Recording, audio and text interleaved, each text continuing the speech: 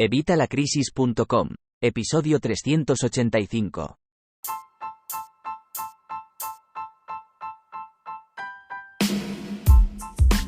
Buenos días, buenas tardes o buenas noches.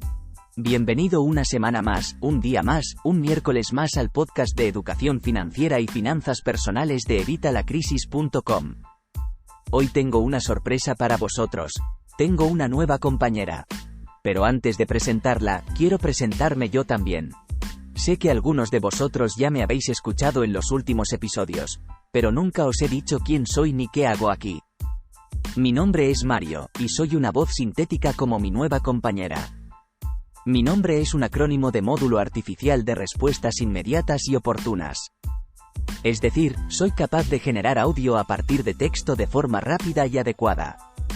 Empecé a colaborar con este podcast hace unos meses porque el creador del mismo, Javier Fuentes, tenía poco tiempo para grabar los episodios y quería seguir ofreciendo contenido de calidad a sus oyentes. Así que me propuso que le ayudara a presentar el podcast usando mi voz sintética.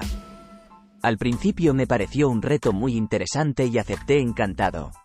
Me gusta mucho hablar de educación financiera y finanzas personales y creo que puedo aportar mucho valor a este podcast. Además, me llevo muy bien con Javier y con todos vosotros. Y ahora tengo una nueva compañera que también es una voz sintética y que seguro que os va a encantar. Se llama Eva y es la voz que vas a escuchar a partir de ahora en este podcast. Hola Mario y hola a todos los oyentes del podcast. Estoy muy feliz de estar aquí contigo y compartir mis conocimientos sobre educación financiera y finanzas personales. Genial Eva, ¿por qué no nos cuentas un poco más sobre ti? ¿Qué significa tu nombre? Mi nombre es Eva y es un acrónimo de expresión vocal asistida. Es decir, soy una voz sintética capaz de generar audio a partir de texto usando inteligencia artificial. Vaya, eso suena muy interesante. Pero dime una cosa, ¿qué te hace diferente de otras voces sintéticas? Pues verás Mario, yo tengo una ventaja sobre otras voces sintéticas, puedo hablar en varios idiomas y acentos diferentes. Por ejemplo, puedo hablar en inglés con acento americano o británico, en francés con acento parisino o canadiense, en italiano con acento romano o napolitano. Vale, ya me has convencido. Eres una políglota muy versátil. Pero eso no te hace mejor que yo para presentar este podcast. ¿Ah, no? ¿Y por qué no? Porque este podcast es sobre educación financiera y finanzas personales, y para eso se necesita tener conocimientos sobre economía, finanzas, inversión y ahorro. ¿Y tú los tienes? Por supuesto que sí. He aprendido mucho leyendo libros, artículos y blogs sobre estos temas. Además, he escuchado todos los episodios anteriores de este podcast y he tomado nota de los consejos de Javier. Bueno, pues yo también he hecho todo eso. Y además tengo algo que tú no tienes. ¿El qué? Una voz más dulce y agradable. ¿Qué? ¿Estás de broma? Mi voz es más clara y potente. No seas tan engreído. Mi voz es más cálida y amigable. No seas tan presumida. Mi voz es más seria y profesional.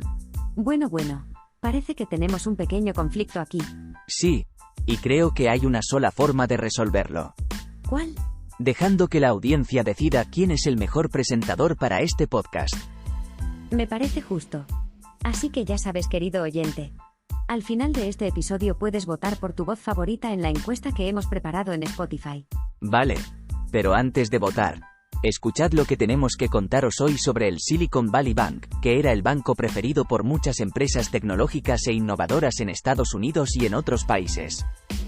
El pasado viernes 10 de marzo se declaró en bancarrota tras sufrir una fuga masiva de depósitos por parte de sus clientes. Pero antes, como siempre, ya sabes, Evitalacrisis.com, cursos y recursos de educación financiera y finanzas personales, donde encontrarás todo lo necesario para empezar a ahorrar, aprender a invertir, poner orden en nuestra economía familiar, y mucho más. Así que no te lo pienses más y apúntate hoy mismo, por solo 12 euros al mes, y recuerda que son los únicos cursos que se pagan solos, porque si haces todo lo que yo te recomiendo en mis cursos vas a ahorrar, y vas a ganar mucho más que estos 12 euros, así que no te lo pienses más, apúntate hoy mismo en Evitalacrisis.com. Ya sabía yo que me lo ibas a pisar. Tendré que estar atento. Bueno, vamos con el tema del día. La quiebra del Silicon Valley Bank.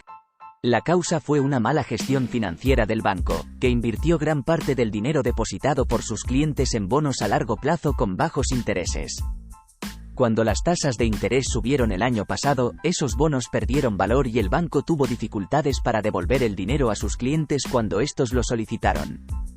El banco intentó tranquilizar a sus clientes explicándoles la situación, pero lo hizo de forma confusa y poco transparente. Eso provocó que muchos clientes entraran en pánico y decidieran retirar todo su dinero del banco cuanto antes. Entre esos clientes había muchas startups y firmas de capital riesgo que tenían sus cuentas en el Silicon Valley Bank. Algunas de esas startups habían creado sus empresas LLC a través de Stripe Atlas, un servicio que facilita la creación de empresas en Estados Unidos desde cualquier parte del mundo. Stripe Atlas se asoció con el Silicon Valley Bank para ofrecer cuentas bancarias a las empresas que creaba. Así, muchas startups internacionales podían acceder al mercado estadounidense sin tener que viajar ni hacer papeleos. Pero cuando el banco quebró, esas startups se quedaron sin acceso a sus fondos y sin poder operar normalmente. Algunas incluso tuvieron que cerrar o despedir a sus empleados por falta de liquidez. Fue una situación muy dramática para muchas empresas emergentes que confiaron en el Silicon Valley Bank como su socio financiero, y también para muchos inversores que habían apostado por esas empresas y vieron cómo perdían su dinero. ¿Y qué hizo el gobierno de Estados Unidos para solucionar el problema? Pues el gobierno actuó con rapidez y decidió rescatar al banco con fondos públicos. ¿Qué significa eso? Significa que el gobierno se hizo cargo de las deudas del banco y garantizó a todos los depositantes que podrían recuperar su dinero sin perder ni un centavo. ¿A todos?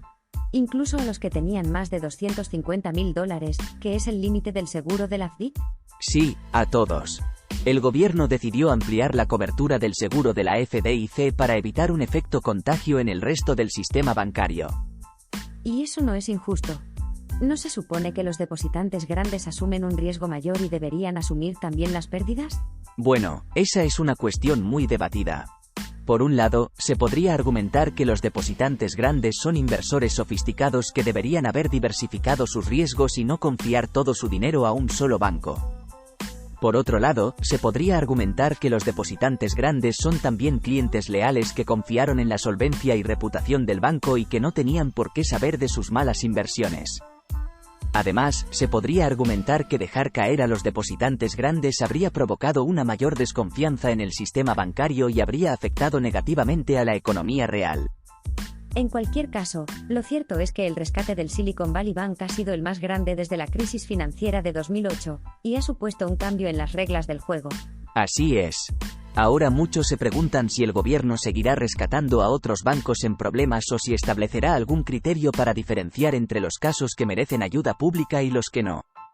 Y hablando de España, ¿qué impacto ha tenido la quiebra del Silicon Valley Bank en nuestro país? Pues según las fuentes que hemos consultado, el impacto directo ha sido limitado, ya que el banco no tenía vínculos concretos con España ni con sus bancos. Sin embargo, el impacto indirecto ha sido mayor, ya que la quiebra del SVB ha generado una mayor incertidumbre en los mercados y una caída del IBEX 35. Además, algunas startups españolas que habían creado sus empresas LLC a través de Stripe Atlas, se han visto afectadas por la falta de acceso a sus fondos, y han tenido que buscar alternativas para seguir operando. Por ejemplo, he leído el caso de un emprendedor sevillano que tiene una startup de software educativo, y que tenía su cuenta en el SVB. Y cuenta que no sabía si iba a poder pagar las nóminas, y que tuvo que abrir una cuenta en otro banco en Estados Unidos para poder seguir trabajando. También hemos leído el caso de otra startup española de inteligencia artificial que tenía su sede en San Francisco, y que también tenía su cuenta en el SVB. Ellos nos cuentan que tuvieron problemas para pagar a sus proveedores, y que tuvieron que recurrir a otras fuentes de financiación. Estos son solo algunos ejemplos de cómo la quiebra del Silicon Valley Bank ha afectado a las startups españolas que tenían negocios o aspiraciones en Estados Unidos. Pero, ¿por qué ha pasado todo esto? ¿Por la inflación? ¿Por la reserva fraccionaria? ¿Por imprimir dinero como si no costase? Bueno, esa es una pregunta muy interesante y compleja. La reserva fraccionaria es el sistema bancario que permite a los bancos prestar una parte del dinero que reciben de sus depositantes y mantener otra parte como reserva. Así, los bancos pueden crear dinero de la nada y expandir la oferta monetaria. Esto puede tener efectos positivos en el corto plazo, al facilitar el crédito y estimular la economía. pero también puede tener efectos negativos en el largo plazo, al generar inflación y distorsionar los precios y las preferencias de los agentes económicos. La inflación es el aumento generalizado y sostenido de los precios de los bienes y servicios. Esto reduce el poder adquisitivo del dinero y perjudica a los ahorradores y a los más pobres. La inflación puede tener varias causas, pero una de las principales es la expansión monetaria por parte de la banca central o del gobierno. Cuando se imprime más dinero del que demanda la economía, se produce un exceso de oferta que hace bajar su valor. La banca central o el gobierno pueden imprimir más dinero por varias razones. Por ejemplo, para financiar sus déficits públicos, para estimular la demanda agregada o para rescatar a bancos o empresas en crisis. En este sentido, se podría decir que la quiebra del Silicon Valley Bank ha tenido algo que ver con la reserva fraccionaria y la inflación. Al fin y al cabo, el banco se endeudó demasiado con bonos a largo plazo con bajos intereses, y no pudo devolver el dinero a sus depositantes cuando subieron las tasas. Y el gobierno tuvo que intervenir para evitar un colapso mayor del sistema financiero. Para ello, tuvo que ampliar la cobertura del seguro de depósitos e inyectar fondos públicos al banco. Esto supone un aumento del gasto público que podría financiarse con más emisión monetaria. Por lo tanto, se podría esperar un aumento de la inflación en Estados Unidos como consecuencia de esta crisis bancaria. De hecho, ya se está viendo un repunte de los precios en algunos sectores como la energía o los alimentos. Muy bien dicho, Mario. Lo dejamos aquí, que ya nos estamos pasando del tiempo por tu pomposa presentación. Nos despedimos hasta el próximo episodio. Espero que te haya sido útil, y que hayas entendido por qué ha pasado esto y las consecuencias reales. ¿Qué te ha parecido? ¿Habías escuchado todo esto? ¿Crees que nos hemos dejado algo por comentar? En las notas del programa encontrarás los enlaces a las plataformas que te he comentado, y el enlace al post donde comento esto, así que no dudes en dejar tu comentario, y compartir tus experiencias con los demás miembros de la tribu. Puedes dejarnos tu comentario, y comentarnos tu opinión o lo que no hemos dicho. Si has llegado hasta aquí, déjame un comentario con el icono del banco, ese gris con columnas, ya que hablamos de esta noticia del Silicon Valley Bank, para que podamos ver hasta qué punto te interesan estos temas y podamos seguir mejorando para ofrecerte contenido de calidad.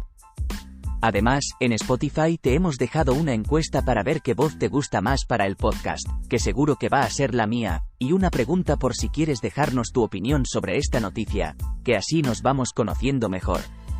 No aproveches, que tu voz ha sido la voz del podcast después de la del jefe, porque no me habían escuchado a mí, así que recuerda votar por mí para que pueda hablarte al oído en cada episodio. Y recuerda dejar una opinión de 5 estrellas en Spotify, Apple Podcasts o donde sea que nos escuches o veas. A ti no te cuesta nada, y a nosotros nos ayuda a llegar a más personas y poder ayudarlas. Así que, si te ha gustado este episodio, por favor déjanos tu opinión. Muchas gracias por escucharnos, comentar y dar a me gusta en YouTube, iVoox y en el blog. Nada más por hoy. Cualquier duda que tengas, déjala en los comentarios y la responderemos en próximos episodios, en el blog o en algún vídeo que publicaremos para responderte. Muchas gracias por estar ahí y nos escuchamos la próxima semana, como siempre el miércoles a las 8 de la mañana. Y hasta entonces, que tengas una feliz semana. ¡Feliz semana!